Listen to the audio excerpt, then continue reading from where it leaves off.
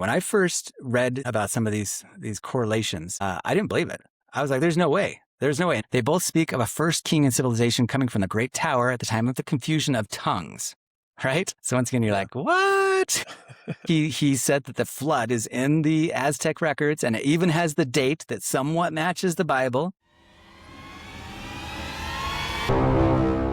Hey, and welcome to another episode of Gathered in One. I'm your host, Lance Weaver. I'm here with my co-host, Ryan Hinckley, with Mormon Theories podcast, and we are excited today to give you just a crazy topic for a show. And we are going to talk today about a very poorly known ancient Aztec chronologer named Fernando Ixtlilxochitl, right? This guy lived shortly after, just a generation or two after the conquest in Mexico City. So he was born of noble heritage, really. On one side of his family, his parents were Spanish nobility with some of the conquistadors that came over. On the other side of his family, his grandparents, great-grandparents were Aztec nobility. Right. So he descended from some of the kings or the emperors of the Aztec Empire and their confederacy. And then he wrote a chronology that has a lot of incredible similarities to the Book of Mormon. And I don't just mean incredible. I mean, you've got to just stay tuned and listen to this show because the correspondences between the things that he wrote and the Book of Mormon are striking.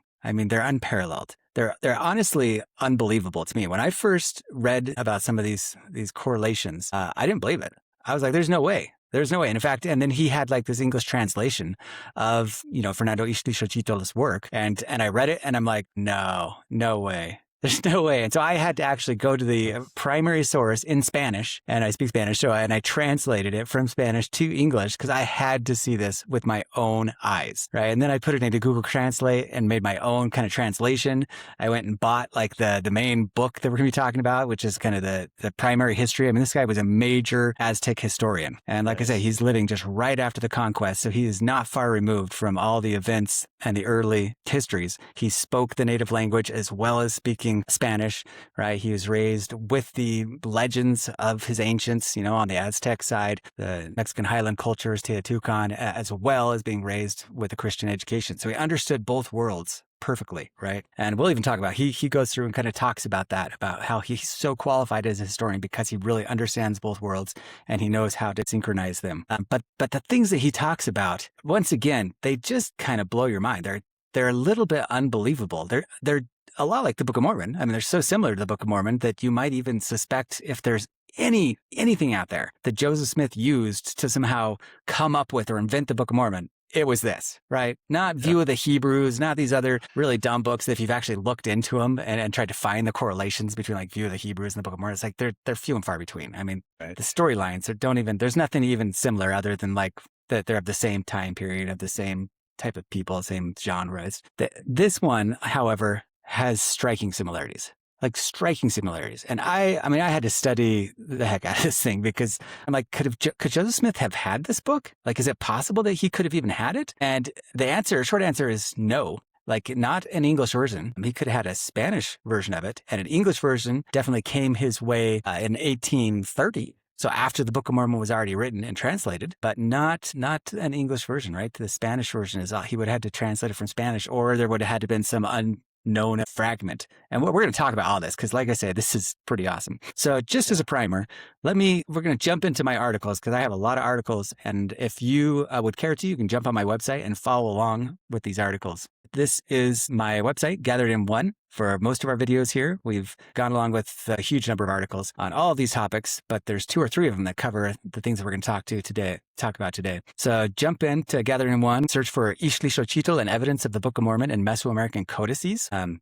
you'll see a lot of the information that we're going to be going over. So Fernando Ixtlilxochitl, he wrote kind of 2 different histories, right? So one of his histories was kind of it's called Relaciones. It's kind of like a summaries of all of his histories.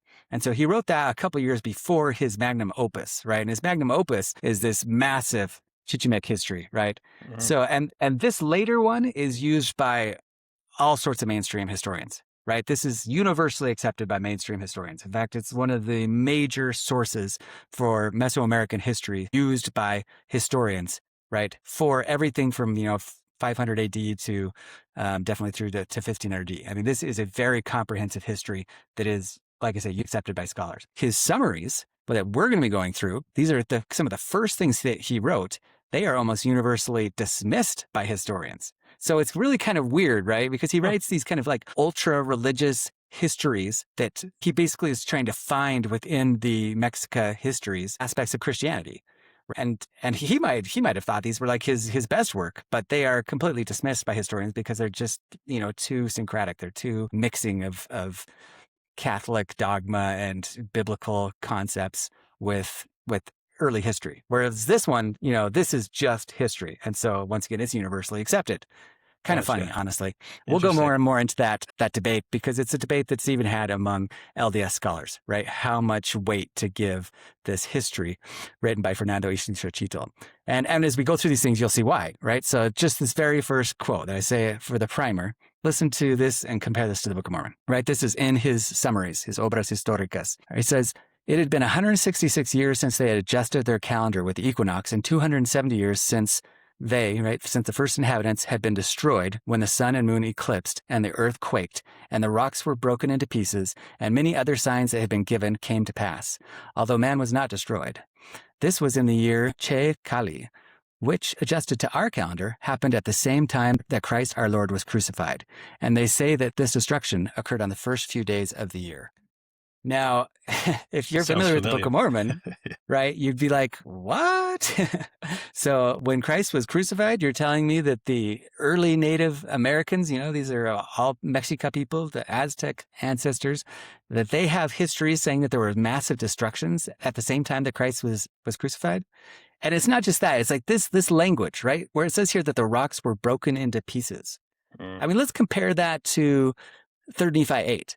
When it talks about all these destructions that happen, and it's saying the face of the whole earth became deformed because of the tempests and the thunderings and the lightnings and the quakings of the earth. And behold, the rocks were rent in twain, and they were broken upon the face of the whole earth, insomuch that they were found in broken fragments and seams and cracks upon all the face of the land. Right? And when does it say this happened? Like in the first few days of the year. Yep. Right? The very beginning. Up to like verse 5, I think. There it is right there. It came to pass in the 30 and 4th year, in the first month, on the fourth day of the month. Right? Yeah. In the first month on the 4th. So that's kind of crazy.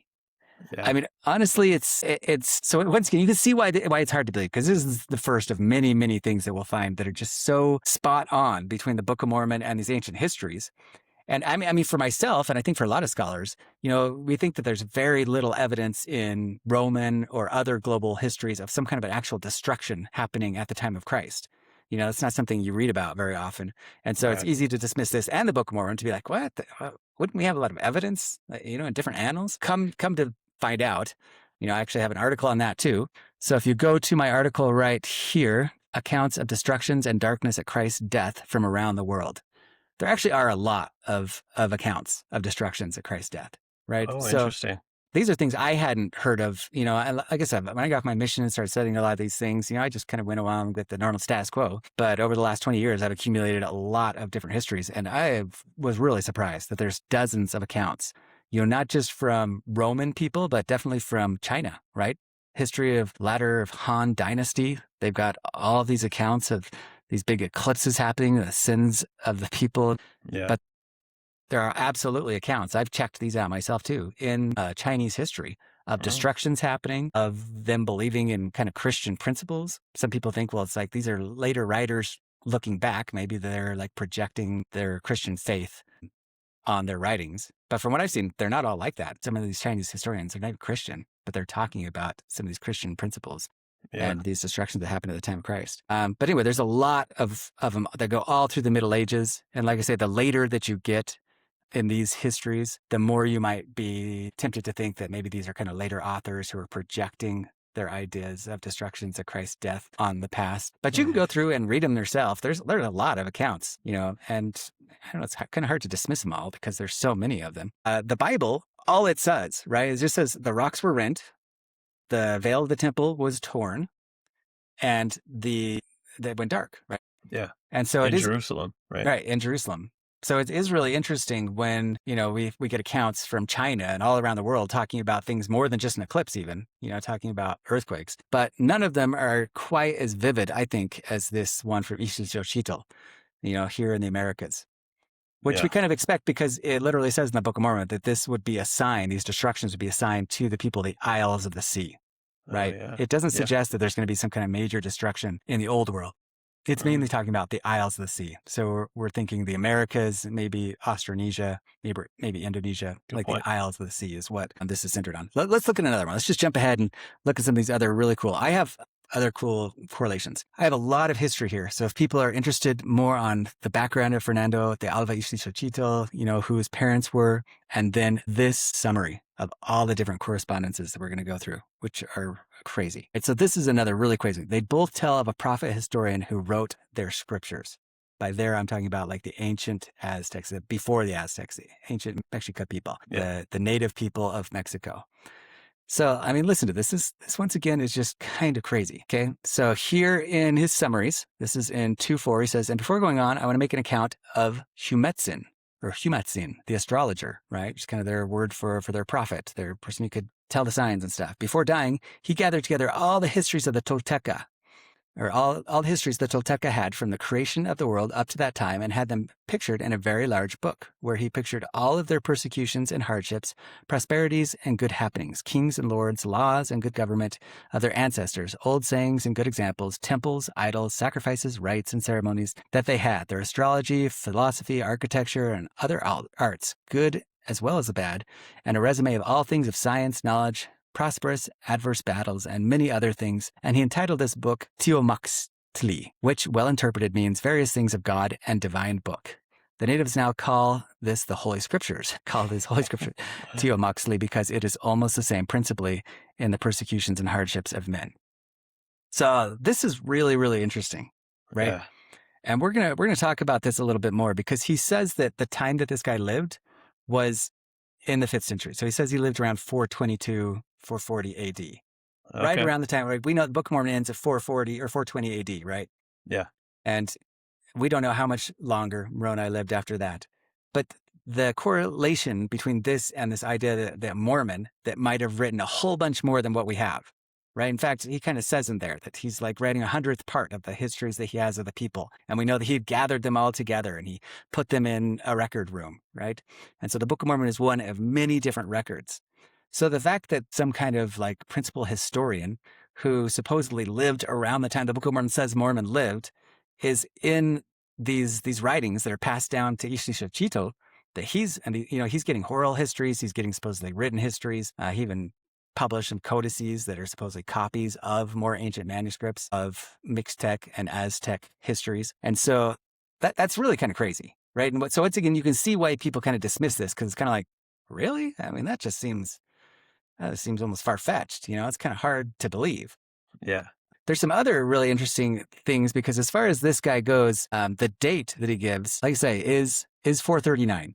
But if you read, like, the first place I read about this guy is from John Pratt, who had some really interesting write-ups on this. And John Pratt has passed away now, but he was just an amazing guy. He has so much stuff that he'd written, and some of it I don't agree with, and other stuff I just think is super fascinating. And he was very into calendars, right? Into astronomy and calendars. And so he had gone through and corrected the calendar and shown how it's like, this actually could have been 388 AD just as easily as it could be 439 AD as far as the timing. But the timing is something that we're going to talk about as we go through these a little bit more, because there are other authors who talk about the same, who seems to be the same character, Humatzin. I guess you can pronounce it different ways, and it's actually written different ways in some of these different chronicles. Some of the authors put him around 1000 AD, right? 1100 AD. Oh, and so for some reason you have, in fact, even as I'm reading, the main record here, even Ixtlilxochitl seems to talk about the same person twice. And he does this both with Humatzin and he does it with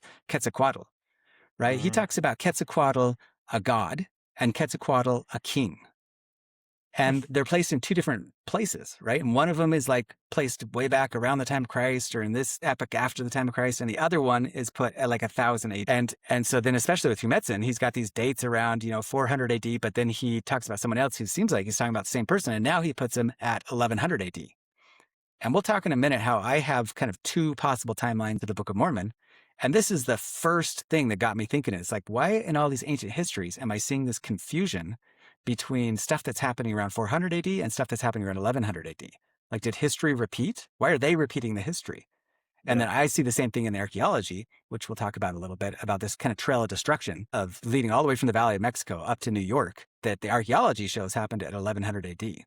So then why do we have two timelines? I don't know, shelf that for a second, because we're going to talk about it a little bit in the future. Just so you can see, I have, like, this is something that you can go and look up on AI. And I've kind of looked it up and, asked AI, like, why is there two timelines among these things? And it talks about your observation is spot on, the timeline of Humetzin and the broader Toltec chronology and the writings of Fernando Ixtlilxochitl and how it contrasts with other Nahua chroniclers is one of the most famous puzzles in Mesoamerican history. In some of his writings, he puts it in the 5th century AD, and other ones, he puts it 1060 to 1160 AD.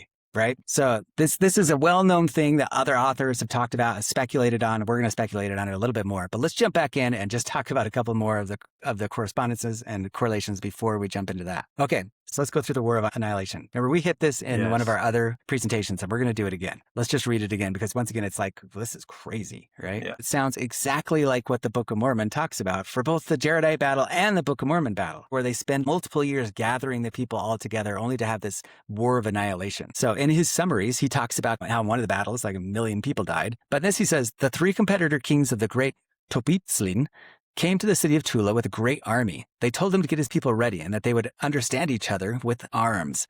Toplitzin, seeing himself so oppressed and that there was no way out, asked for time, for it was the law that before a battle they would notify each other some years in advance, so that on both sides they would be warned and prepared. The idea was that their descendants, at some future time, could with just reason do the same. This custom was adhered to up to the time the Spaniards came into this land. They answered Toplitzin, telling him that they would give him 10 years, and on the last of the 10 years they would engage in battle at Tulititan. They engaged in battle, innumerable people dying on both sides. The war lasted 3 complete years. Those of Toplitzin had few reinforcements, while the 3 chieftains, their competitors, every day received great numbers of people. The Toltecs were vanquished, and nearly all the people were killed in the battle. Many Toltec matrons fought very bravely, helping their husbands. Many of them died. So once again, that's really kind of wild, because we've got this exact same concept, right, talked about in the Book of Mormon. How in both cases they're having like these massive wars of annihilation that are taking years to fight, and everyone's dying on it, and they're also giving them time to gather, right? And I've even heard like people, detractors of the Book of Mormon, be like, "Oh, that seems ridiculous. They're not gonna. Why would they do that? They wouldn't give them the years to gather." But it says right here in this ancient history that was their custom. Yeah. Let's move on again, okay? So, like we were saying before, they both speak of the creation from a primordial male and female couple, an Adam and Eve type of thing. Let's look at this one right here. So both the Book of Mormon writings and the writings of Ixtlilxochitl talk about the ancient records containing an account of the creation of the world down to the flood or tower. Here, this is the very beginning of his summaries, right? He says, a history of the events of New Spain, Mexico's called New Spain, including many things regarding the knowledge and accomplishments of the Toltecas from the creation of the world to its destruction, and up to the arrival of the 3rd inhabitants called the Chichimecas. And this is another big crazy thing, because it talks about multiple groups, right, coming and inhabiting the world. And he even says some of them come from the east and some of them come from the west, which is exactly what the Book of Mormon says, exactly what my model says. So once again, this is a very kind of crazy correlation. Yeah. On up to the arrival of the Spanish, taken from the original history of New Spain, right? That he's saying he has access to all these ancient histories, both oral histories and written histories. The creation of the world and the things pertaining thereto, including the origin of man, the omniscience of God, and what he has revealed to the Toltecas. The Toltecas had knowledge of the creation of the world by Tlaloc. I'm not going to try to pronounce that, including the planets, mountains, animals, etc. They also knew about how God created a man and a woman from whence all mankind descended and multiplied. They recorded many other events that are not included in this account, inasmuch that the same events are recorded by other nations in the world.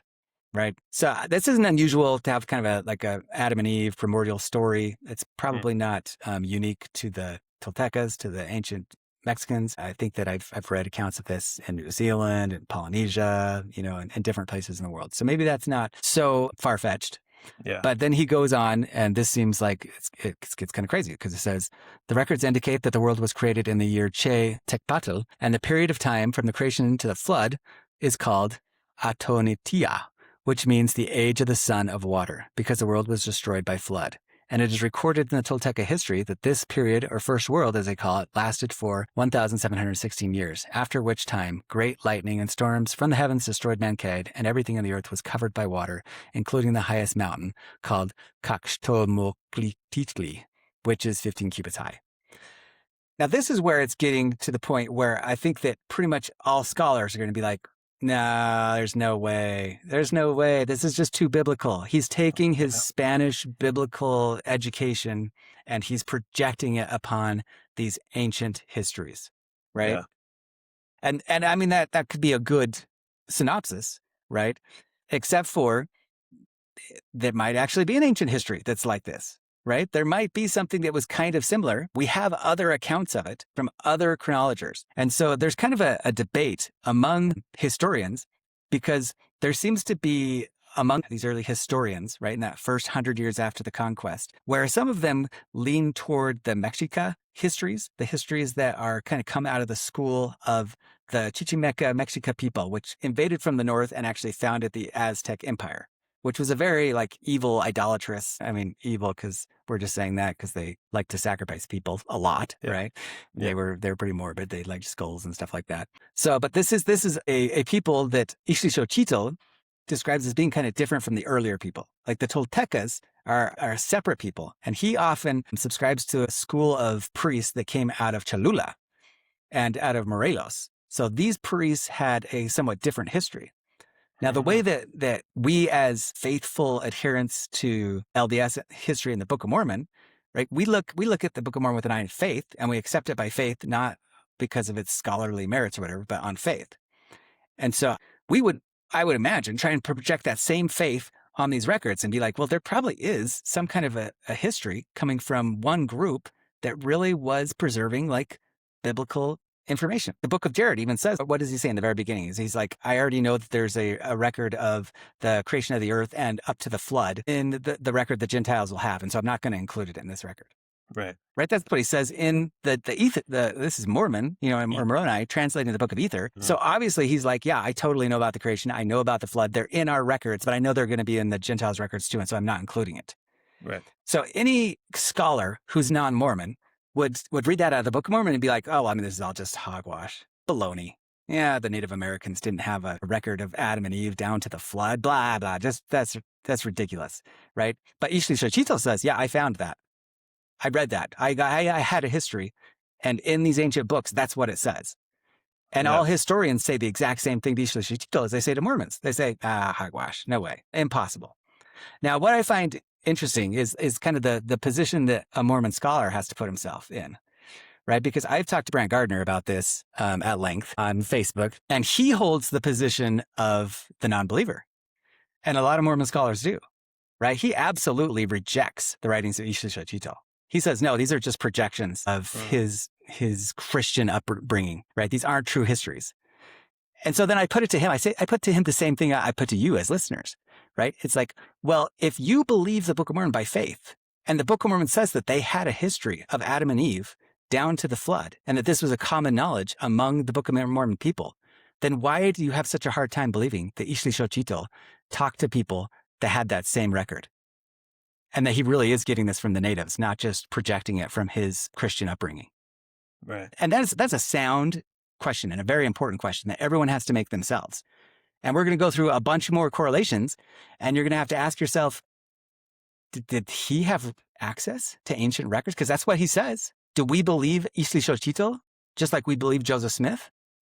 Or do we reject him just like we reject Joseph Smith? And if you're going to reject Ixtlilxochitl but still not reject Joseph Smith, is that reasonable as an LDS member? That seems silly to me, honestly. It just seems like just because there are other histories that come from the Mexica line, like, and in fact, I have an article right here. And this is a list of all of these kind of ancient histories that we have from the earliest codices, right? So the earliest one of all is the Codex Barbonicus, written in 1507. That's like right at the time of the conquest.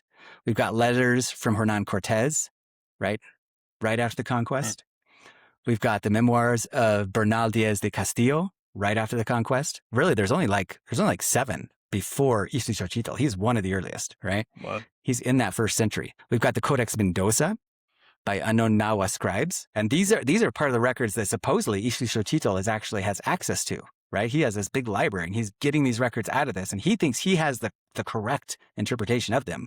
Whereas these guys, they give an interpretation that's quite different. The same type of names and stuff, but a different interpretation. We've got the Historia Tolteca Chichimeca by Castaneda, right? And that's in 1546. We've got the Codex Chimalpopoca, 1558. Wow. And then we see the very first writing that Ixtlilxochitl had access to. So the Codex Ixtlilxochitl, he supposedly, this was part of his collection, so they call it him after him, but this is from 1580.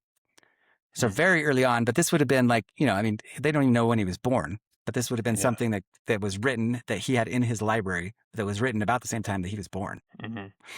And then we have the History of the Indies is a really popular one, Diego Duran. I've read all this one. Very interesting. A lot of the exact same things and his is very Christianized as well. So once again, a lot of people like to dismiss it because it's coming from a more Christianized background versus coming from somebody who is like a Nahuatl priest, right? A Mexica priest who, if we're a believer in the Book of Mormon, we would look at these ones that are from these Mexica priests and say, oh, those are distorted and polluted, in the same way that we would look at a Greek writing about something that like distorted Christian principles, or Egyptians writing that's like, that's talking about that's not the truth. That's what the Egyptians or the Greeks believed. It's not what the Israelites believed. But let me just go through two more really quick. We have the Florentine Codex by Shangun, Saugan, and then after that one, right, then we get the Historia Chichimeca by Ixtlilxochitl. So that's pretty much all of them. Right. Yeah. He is one of those first 10 record keepers, first 10 chronologers, these codices, these early codices. He's actually interpreting the old records, both oral and written, and then writing it down. And we have to ask ourselves, who do we believe more?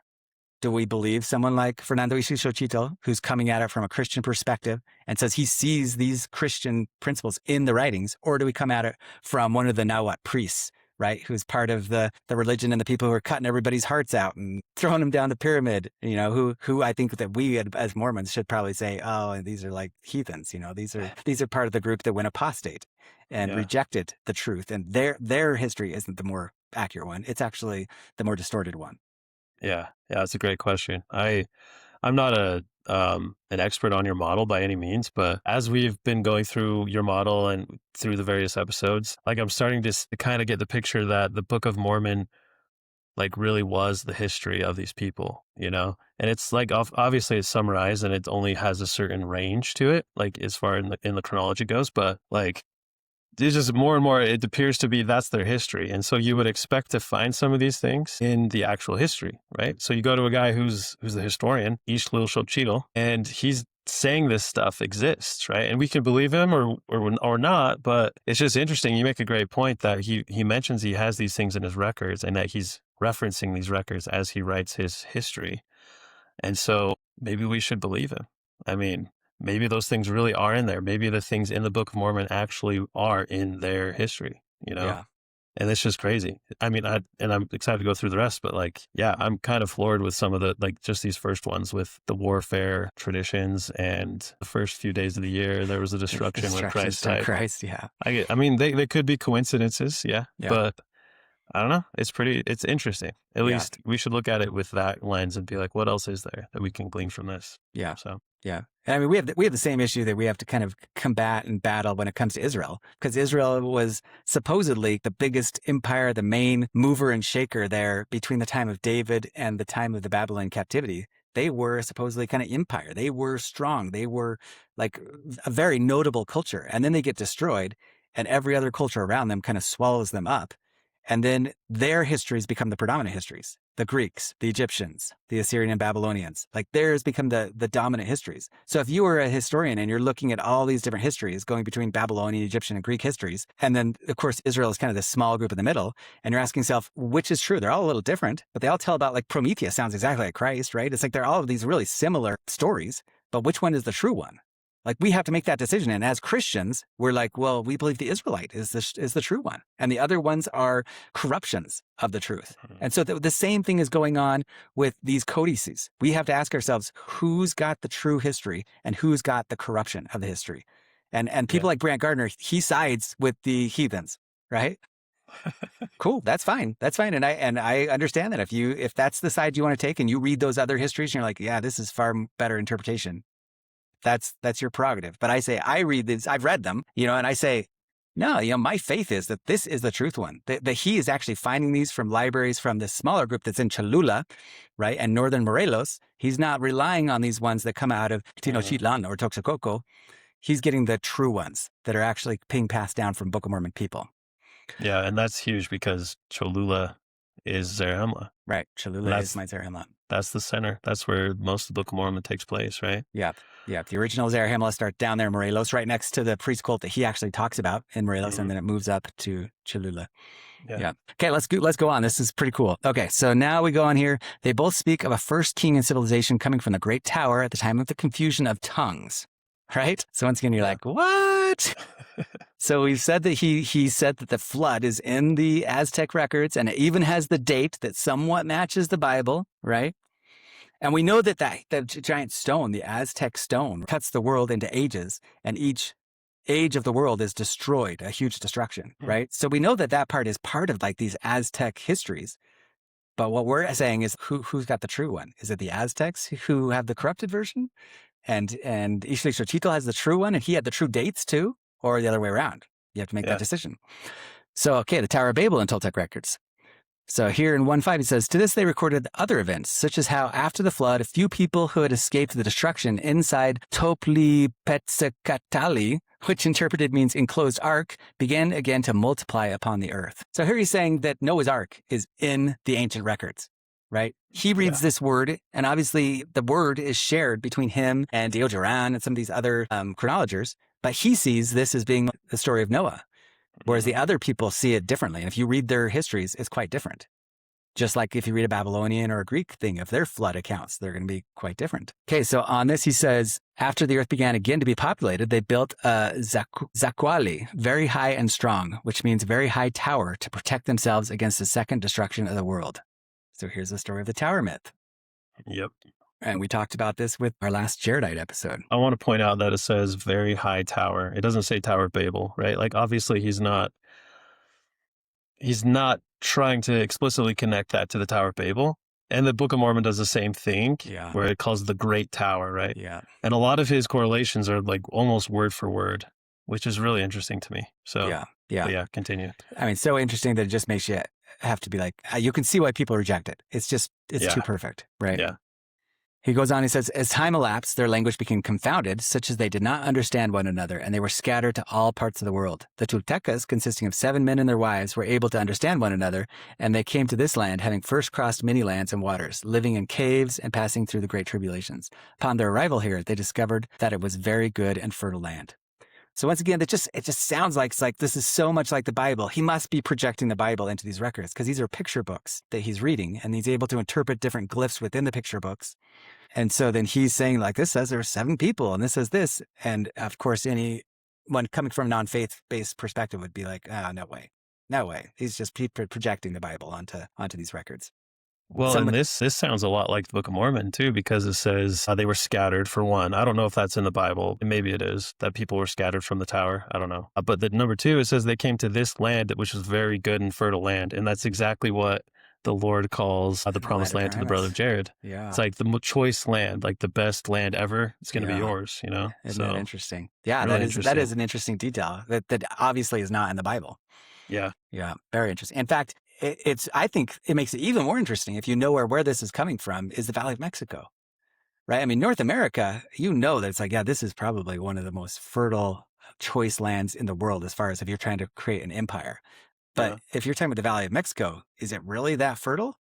Like that wouldn't be among the most fertile places that you're talking about. And yet that's what the Book of Mormon calls it because it's talking about the entire land. And that's what he calls it here, maybe because he's reading the exact same ancient records the Book of Mormon comes from. Yeah. Yeah. Super interesting. So he goes on. He says, it has been reported that they wandered for 104 years in different parts of the land until they settled in Huauhtalipan, their homeland. This was in the year Che Tacapetl and I'm probably massacring some of these Nahuatl words. I don't speak Nahuatl. And 520 years had elapsed since the flood, which represents 5 periods of time, right? So once again, I mean, this is kind of crazy. Yeah. They're wandering for 104 years. This would be like the brother of Jared. He's saying that this is like they came from the tower to the Americas. Do you believe it? Do you believe this is in the ancient records? Very, very interesting. Well, and it connects the 520-year cycle, which I think maybe we've talked about a little bit, but like that's a big Mesoamerican cycle. The 104 years is a huge cycle for them. Yeah. And just times up by 5, that's 520 years. Yeah. And so that's the Mesoamerican aspect that you don't find in the Book of Mormon, or, well, you do kind of find it, might find it in the Book of Mormon, but not in the Bible. So he's definitely getting it from some source, right? Yeah. That's not biblical. Yeah. And we find it in the Book of Mormon because 500 years after they leave Israel, for some reason, they have to come up with another calendar. Remember, they start the reign of the judges calendar. Yeah. So it's like, why almost 500 years after they leave Israel are they having to come up with another calendar? That's pretty strange kind of correspondence to what we know among the Mayans and the Mixtec and Toltec and Aztec, right? That they had this 520-year calendar, which is also mentioned in the Colburn we talk about in other episodes, and that fits with why they come up with a new calendar at the time of the reign of the judges. Interesting. Yeah. Also very interesting that Ixtlilxochitl repeatedly talks about their 52-year cycle, right? Because the 520 years is 10 of the 52-year cycle. And he calls it their jubilee, right? And that's very astute of him. So he's noticing it's like, well, they have a 52-year cycle. And that's pretty similar, pretty interesting how in Israel, the 49 years, right? The end of the 49 years is a 50-year period is a jubilee. Yeah. And so he notes that it's like they both had this cycle of time that is very similar. And it's, so he calls it a jubilee, but they're just off by 2 years. And then interesting enough, 10 jubilees, right? So the 49-year periods, time that by 10, we get 490 years. That is the exact same of a full age given in the book of Daniel. Right. So the 77s, right? 70 hebdomads of Daniel, 70 weeks of Daniel equals 490 years. And that is a full age as we get, and we do full shows on this, on how that 490 period repeats all through history and makes this entirely biblical timeline. But that's interesting that is a very, very strong correlation to this Mesoamerican 520-year cycle. Yeah. The 52-year cycle and the 49-year cycle of the Jews, 52-year cycle of the ancient Americans, and the 520 versus 490-year cycle. Yeah, really close. All right, let's keep going because, once again, this stuff is kind of just unbelievable. But some of it is, even if you don't believe it, it's still interesting. But if you're believing in the Book of Mormon, you should just believe it. So, and 715 years after the flood, the people were destroyed by a very great hurricane that carried away trees, rocks, houses, and large buildings. Many men and women escaped the storm by hiding in caves and other places where the great hurricane could not reach them. How interesting is that? Remember in the Book of Ether, we have 3 different major destructions where it says almost all the people were destroyed. Yeah. And so here we're talking about 1,700 years, almost 2,000 years after the flood. The flood was, according to the Bible, is a slightly different time period. It's like 2400 BC. So if we go 2,000 years, we'd be somewhere around like the same time that the Lehites came into the Americas, like 600 BC in there, 600, 800 BC, sometime around when the Jaredites might have been destroyed, right? So he talks about this major destruction. Then he says, after a short period of time, they left the caves to see how much damage had taken place in the land. They discovered that it was populated and covered with monkeys that had been driven by the winds, as they had been in darkness all the time without being able to see the sun or moon. From this event, the saying came about that men had turned into monkeys. This period became known as the second period, or the second world, called Ihakat something, which means son of wind. After the destruction, they began again to rebuild and multiply upon the face of the land, right? So I think this motif of monkeys, which is talked about by several of the different ancient historians, right? These old Aztec historians, they all talk about the monkeys in association with one of these periods. That reminds us a lot of the motif that we saw at Chalcanzingo, right? And so this is our earliest Zarahemla that has all these motifs that are incredibly similar to things in the Book of Mormon. One of them that kind of we correlate with the Coriantumr. But at any rate, the city matches, really well with the time period of what we need for those people of Zarahemla who come down, the Mulekites who come down from the land northward, the land of Mulek, and then found their city. But I think that it's pretty obvious that some of these things that he's talking about are really depicted within Chalcanzingo. So not only do we have this, glyph of these different monkeys, which sounds like this is probably the story that he's talking about. And there's multiple rocks kind of with this monkey story. We also have the other glyph that showed the raining of fire down from heaven. You remember how we saw that one before? Yeah. And it's kind of the same story that it's talking about. There it is right there. El Rey. Anyway, you've got like these big stones from fire coming down and they're hiding in this cave. Sounds a lot like the exact same story that he's telling about. So this is pertinent and this is interesting because our initial city of Zarahemla, right? The city of Zarahemla, the Mulekites themselves started, here has glyphs that match these histories that Fernando Ixtlilxochitl is telling us, right? And those histories are once again repeated with some of these other non-Christian chronologers that most scholars believe them. But what we're saying is no, like these histories that he's getting actually come from our Zarahemla. And so we should believe Ixtlilxochitl over the people who have Mexica descent, who are from the Chichimecas, who come from the land northward, from the land of our land of desolation, and conquer these people and then set up their very brutal Aztec empire, right? All right, so let's keep going because I mean, there's so many really cool things. So here it says, in the year 8 Tochitli, which was 1347 years after the second calamity and nearly 5,000 years since the creation of the world, it is recorded in their history that sun stood still one natural day without moving. And myth evolved wherein a mosquito saw the sun suspended in the air in a pensive mood and say, Lord of the world, why are you standing still? And why are you in such deep thought? Why are you not doing the work you were supposed to do? Do you want to destroy the world as before? And the mosquito said many other things to the sun, but the sun still did not move. And the mosquito then stung the sun on the leg. Seeing that his leg had been stung, the sun began to move along its course before. So, I mean, I find this very interesting too, because this is obviously non-biblical. So we know that Ixtlilxochitl is putting into his history things that are completely non-biblical, right? So we can't just use the excuse that it's like, oh, he's just recounting the Bible. He's not reading the ancient histories at all. He's just like recounting the Bible, because the last ones that we read are so similar to the Bible that we might be tempted to say that.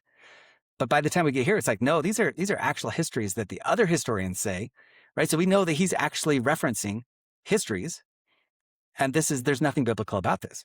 Mm-hmm. He goes on and says, it had been 58 years since the great hurricane and 5,000 years since the creation of the world when there occurred another destruction of the land. The people who lived in this corner of the land, which they now call New Spain, were giants called Quinametzin. The destruction consisted of a great earthquake that swallowed up and killed the people when the high volcanic mountains erupted. So here we get more destruction. All the people were destroyed and no one escaped. If anyone did escape, it was those who were in the internal parts of the land. Many Toltecas, along with the Chichimecas, who were their neighbors, were killed. This was the year Tecpatl, and they called this time period Tachi something, which means son of earth.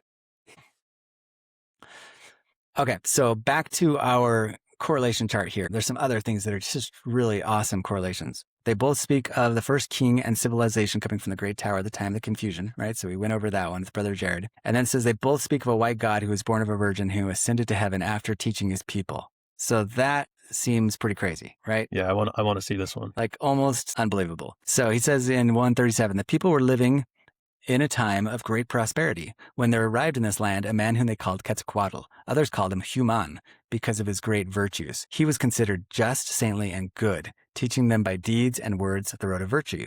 He instructed them to refrain from vices and not to sin. He gave them laws and sane doctrine. He told them to constrain their appetites and to be honest. And he instituted the law of the fast. That's pretty interesting detail. And he was the first to be worshipped and to be placed in authority. For that reason, he is called, yes, big long words that I'm not even going to try to pronounce, which means God of the rains and of health and tree of sustenance and life. Okay, and I mentioned this before, that he tells about two different Quetzalcoatls. He talks about Quetzalcoatl who was worshipped and Quetzalcoatl who is a king who lives like 1,000 years after. So also very, very interesting, right? That he kind of is talking about this idea of Quetzalcoatl and about him being worshipped. A lot of the different chronologers, these early codices and historians, they'll compare this person to like one of the saints. Like I think they talk about like Saint Thomas coming over, or Saint Bartholomew, and then some talk about it being Christ. So the Quetzalcoatl person can be applied to lots of different early Christian figures, but it's definitely applied to Christ in multiple locations. But in this one, he says, after he, Quetzalcoatl, had preached the above mentioned to all the other Olmeca and Xicalenca cities, and especially the city of Cholula, right? Pretty wild. Mm-hmm. Says the main place he taught was Cholula, our Zarahemla, where he had spent a great deal of time, and seeing the small amount of fruit that resulted from his doctrine, he returned to the same place from whence he had come, which was to the east, disappearing at Quetzalcoatl. So this is like a very common motif, that he came from the east and then he returned to the east. And you can see kind of the difference where in some places he talks about him like he being worshipped, like he's a god, but in a lot of cases, this is almost more like a saint or something like that, right? Yeah. Like maybe one of the apostles or something that came over is what a lot of the different historians, these ancient Aztec historians, like I think Diego Duran says he's probably an apostle that came. All right. So then he says, and at the time of his farewell from these people, he told them of time.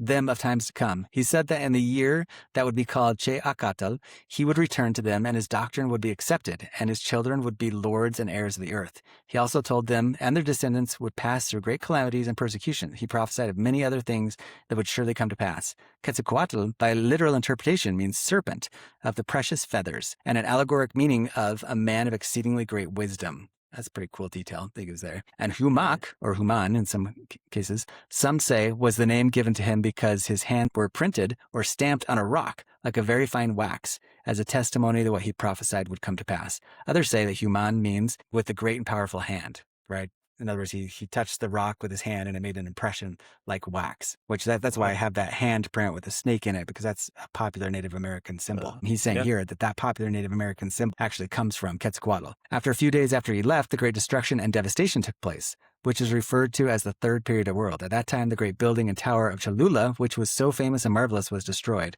and was like a second Tower of Babel that these people had built with virtually the same idea in mind. It was destroyed by the wind. So that's pretty wild, right? So we have like vast differences in this account to Christ and to the Book of Mormon, but we have also very similar motifs. So you can't just go and say that the Book of Mormon copied this. You can't just go and say this is just a projection of Christian thought, because there are very vast differences. But at the same time, there's a lot of really interesting similarities too, right? And it's obviously kind of this mythology that this was pervasive, because it's this mythology that got the Aztecs conquered. When Cortez and these guys came, a lot of people were asking themselves, is this Quetzalcoatl returning? Right? Is this Human returning? Is this one of those who left to the east and said, I will come back, who's going to return? Super interesting. Okay, so it says, and later those who escaped the end of the third age, in the place of ruins, the people built a temple to Quetzalcoatl, whom they named the god of wind because it was destroyed by the wind. They understood that this calamity was sent by his hand, and they called it Quetzalcoatl, which is the name for the year of his coming. According to the history referred to, and from the records and foregoing, took place a few years after the birth of Christ our Lord. That's pretty interesting. Who was it who left in the Book of Mormon and was never heard of again right around the time of Christ's birth? Or was it Nephi? I can't remember. Yeah. I mean, we've got these same interesting motifs. After this age had passed, beginning of this time, entered the fourth age, which means son of fire, because it said that the fourth and last age will end by fire. Quetzalcoatl was a man of comely appearance, serious depositions. His countenance was white, and he wore a beard. His manner of dress consisted of long, flowing robe. Right. So, I mean, these are obviously concepts that most scholars are just going to be like, oh, no, just total Western Christian projection onto the records, right? 100% projection. But again, as Book of Mormon believers, we need to ask ourselves whose side we're on. Like, do we really believe that the natives had some of these concepts? Either way, even as an LDS, believer, you have to kind of think, well, this doesn't accord completely with the Book of Mormon, even though it's very similar. So is it just kind of a semi-corrupted version? Because we suppose that the Book of Mormon is the most pure version, right? It was the actual record. And even these records that Ixtlilxochitl has access to, these are more paper records that are probably copies of copies of copies where things have gotten distorted. Yeah. So that makes me wonder, what do you think that Christ did visit Zarahemla, or did he just stick in Bountiful? That's a great question. And I think that it says that he comes to Bountiful, and I swear that there's somewhere in there that he says that he's going to come to other places. Maybe I'm just thinking of lots of different mythology. No, there's a lot of Native Americans who think that he's going to come to other places. So he says, I go to show myself to other people, but like you're the first or something like that. Interesting question. And what city exactly was it that he came to? Was it the city of Bountiful, or was it somewhere in the land of Bountiful? Yeah. I have my ideas, but that's interesting that he says he came to Cholula. But of course, Cholula, after the time of Christ, Cholula ends up being one of the main religious centers all the way till the conquest. So even when Cortez come, the cult at Cholula is one of the main religious centers, along with Monte Alban in all of Mesoamerica. Okay, let's go to just a couple more because they're really interesting. So they both use the same terminology in describing the manner in which cities were named. Oh, yeah. Yeah.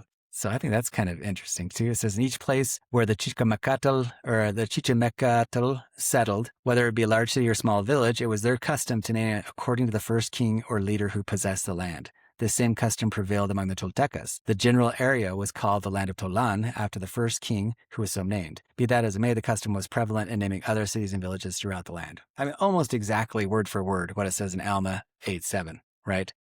Now it was the custom of the people of Nephi to call their lands and their cities and their villages, yea, even all their small villages, after the name of him who first possessed them. And it was with the land of Ammonihah. Yeah. So, I mean, maybe coincidence. But this is just like the other things that we've read where it's like that just seems really similar. I mean, that is a far greater similarity between these writings of Ixtlilxochitl and the Book of Mormon than between anything in the Great War and these other books that they say the Book of Mormon that Joseph Smith plagiarized, right? Far greater similarity.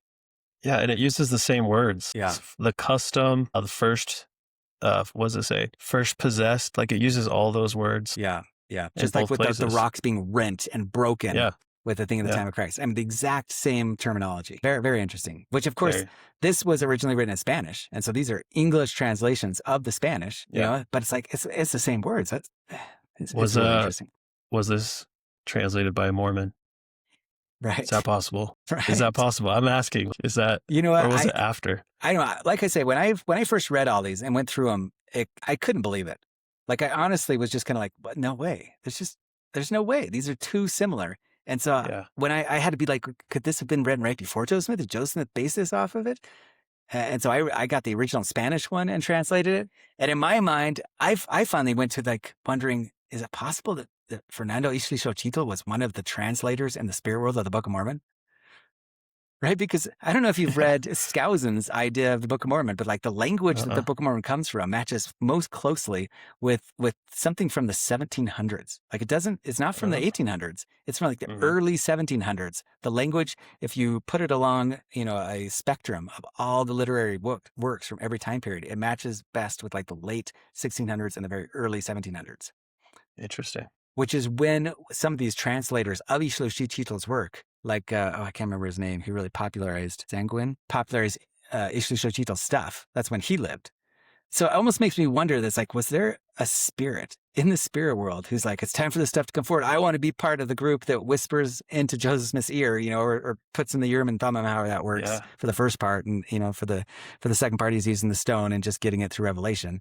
But that's probably coming through like someone in the spirit world, like some kind of translator group in the spirit world. That makes you wonder. That's complete speculation. I mean, that's like so out there. We're just throwing things against the wall, but you still wonder, you know, it's like, where did these really similar correlations come from? Okay, so they both speak of 3 distinct civilizations that predate the coming of Christ, right? One from the east and 6 ships, one in the west, unspecified. They also each consistently mention 7 tribes and brothers, right? There's 7 tribes in the Book of Mormon that it talks about whenever it talks about the Josephites, the Jacobites, the Nephites, the Lamanites, the Lemuelites, but I will just call them, as Mormon just says, I'm just going to call them Nephites and Lamanites, but it really is 7 different tribes. And so he gives the same thing. He says they both record the destruction of the first civilization that predates the coming of Christ, who lived in the northern lands or the lands of the land northward. They both speak of a nation whose principal area meant the land of abundance or bountiful. Yeah. They both mention multiple migrations to and from a far northern land. They both give stories of a group escaping bondage by intoxicating their captors. In conjunction, they also mention only one river, right? The river Atoyac, which flows between the 2 principal cities, Zarahemla and Cholula. Okay, so this is, let's read both these because this is really interesting. Once again, fits with my model. Okay, so he says, on the banks of the Toyac River, right? This is my river Sidon, the Toyac River.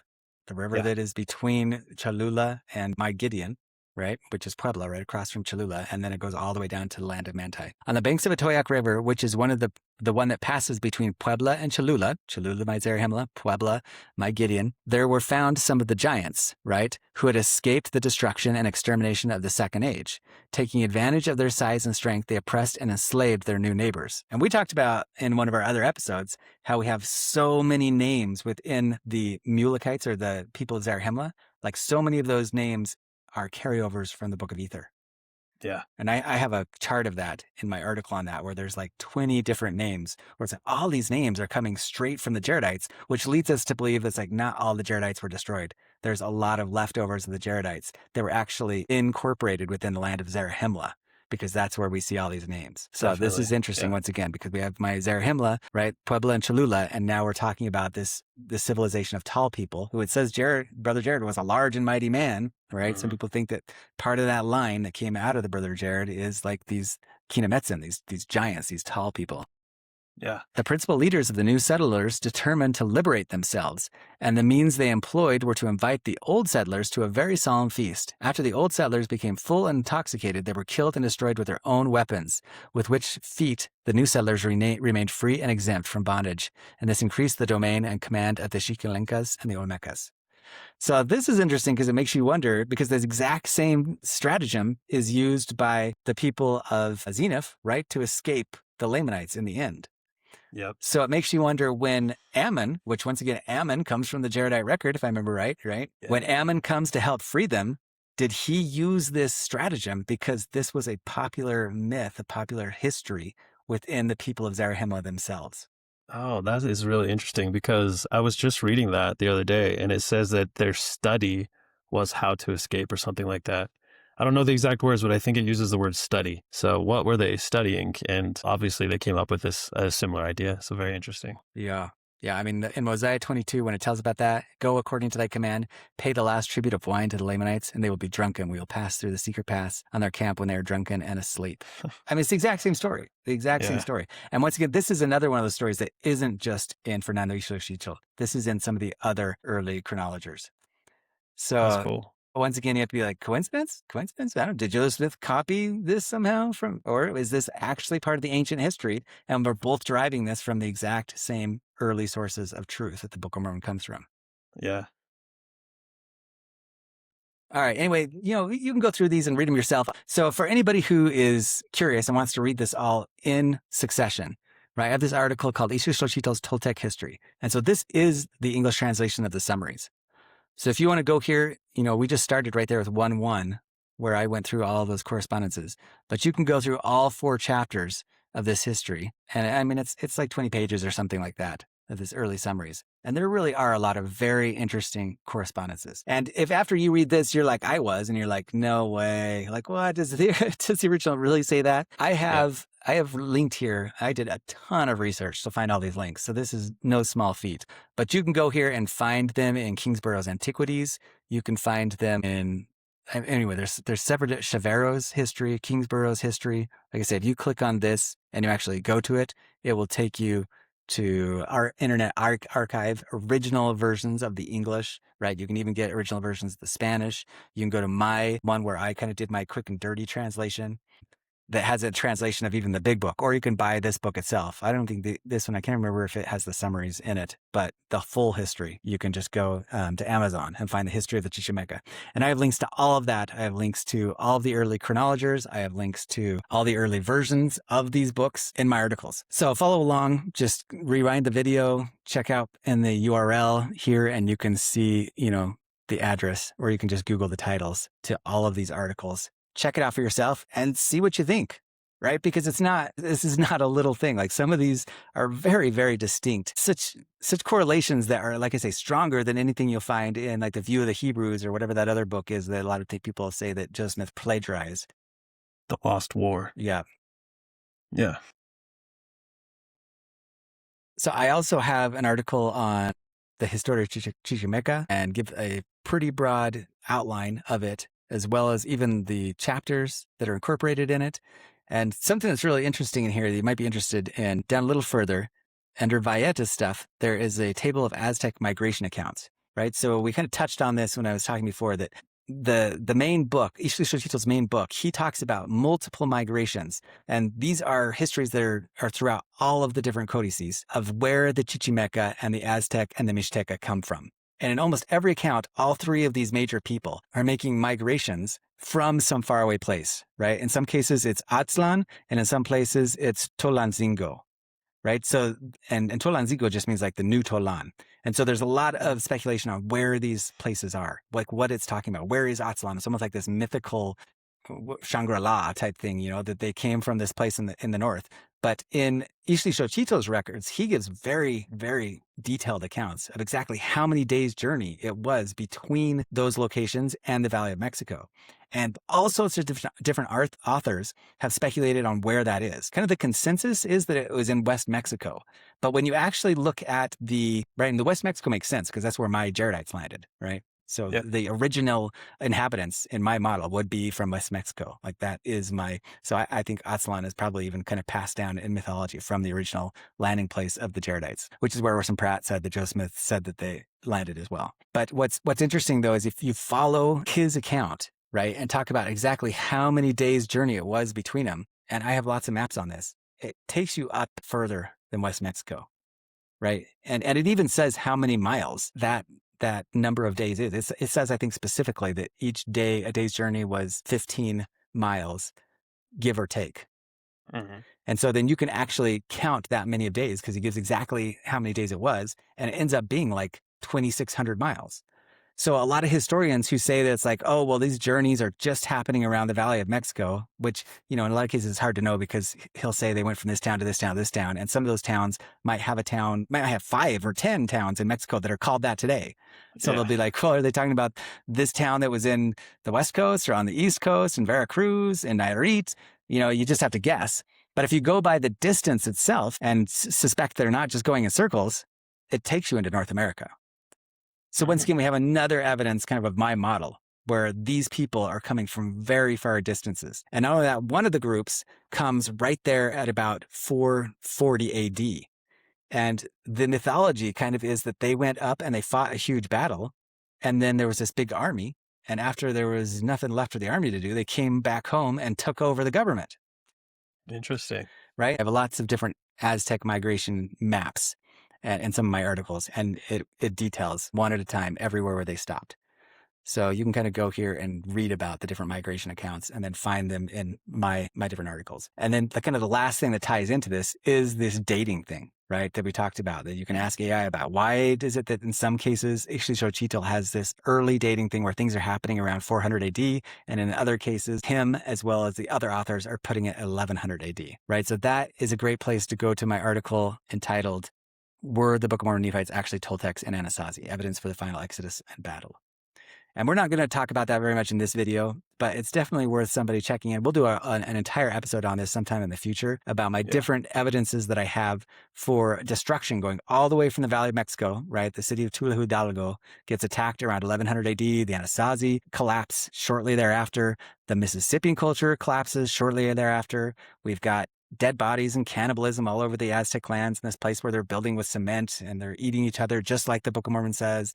We've got a grave of, I can't remember, 60 young women all being violated and massacred in Cahokia, just like the Book of Mormon says. Like, we have the Tower of Sherazah, where we have women and children all being burnt alive in this tower. It matches exactly what they find in Salmon Ruins, where you find women and children within this tower that all get massacred. I mean, there's so many correlations in the archaeology that match spot on with things talked about in the Book of Mormon.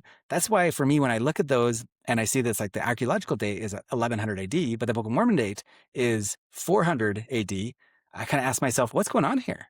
Is the dating wrong? Are these radiocarbon dates wrong? Is there some kind of massive pollution effect that's happening globally for a short period to corrupt these archaeological dates? Or is the Book of Mormon wrong?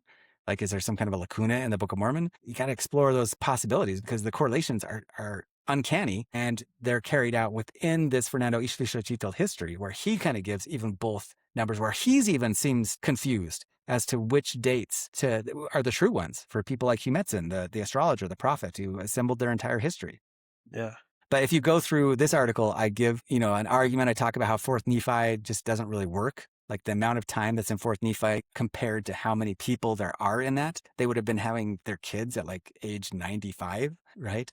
There's like 3 generations in there where you have like 300 years. And if they're really only 3 generations, then it's like this guy had his kid when he was like 90 years old. And then the other guy had his kid, you can see him right here. Amos plays 84 years. Amos had plays 111 years. What is that for real? Had plays 15 years. How does that even work? And then I talk about the Chichimec calendar and this big destruction that happened and the 2 Quetzalcoatls. Anyway, I kind of make a case for the fact that there's a lot of confusion in the records, and maybe it could go either way. Maybe there's a problem with the carbon dates. Maybe there's a problem with the Book of Mormon narrative. I don't know. Yeah. It's just interesting how similar these 2 timelines are. Anyway, so I hope people will check it out, right? I hope people will come and at least read through these articles and once again, look at the correlations and how incredibly similar some of them are, how incredibly similar the wording is, where it's almost like one's copying the other. Just uncanny, really uncanny, really a cool, for me, I think it's just a full testimony of the Book of Mormon, right? My takeaway is for sure that Fernando Ixtlilxochitl, he is finding the right people and the right records. And he's not just projecting the biblical timeline on it. He's actually finding evidence of the same things the Book of Mormon is talking to. And that it's something that can add to our faith and help us to have more faith in the fact that the Book of Mormon is an authentic ancient record. Anyone who has no faith in the Book of Mormon, of course, is going to look at it completely different, right? And Right. we have these same arguments when it comes to looking for evidence of David in the Bible, or Joseph in Egypt, or Moses in Egypt, things that, scholars look at those things and they see zero evidence in the archaeological record. They say it didn't happen. Whereas anybody who's a Christian and comes in the eye of faith is going to find different people in history and be like, no, that's probably Moses. That's probably Joseph. That's probably David. Yeah. All right. Well, so you have any thoughts or questions that we can end with, Ryan? Yeah. I don't know a ton about Ixtlilxochitl. Hopefully I'm saying it right. I've been practicing. What strikes me most is that the wording he uses is so similar to the Book of Mormon. And I think that, I don't know, it makes me excited to, obviously I can't look through all those other codices and stuff, but it just makes me excited to know, like, what else is out there? Like, what other, like, histories can we find that will match up with the Book of Mormon as well as this does? So yeah, I think it's an evidence. I think it's a pretty good evidence. Of course, his correlations could be coincidence. They could all just be one massive coincidence, but in the end, I think there's something there. So I appreciate your work that you've done on this and like bringing this to the light. And I think that a lot of mysteries could be solved with. Yeah, I hope it's something that more people at least look into, give it some thought, write some articles on it, and get the dialogue going. Yeah. But once again, thank you for everybody who's hung in with us to listen to this entire podcast. It's been awesome doing all this research. I hope that it adds to people's testimony of the Book of Mormon. And come and catch us again next time as we explore some more aspects of the Book of Mormon and how they fit into our continental model.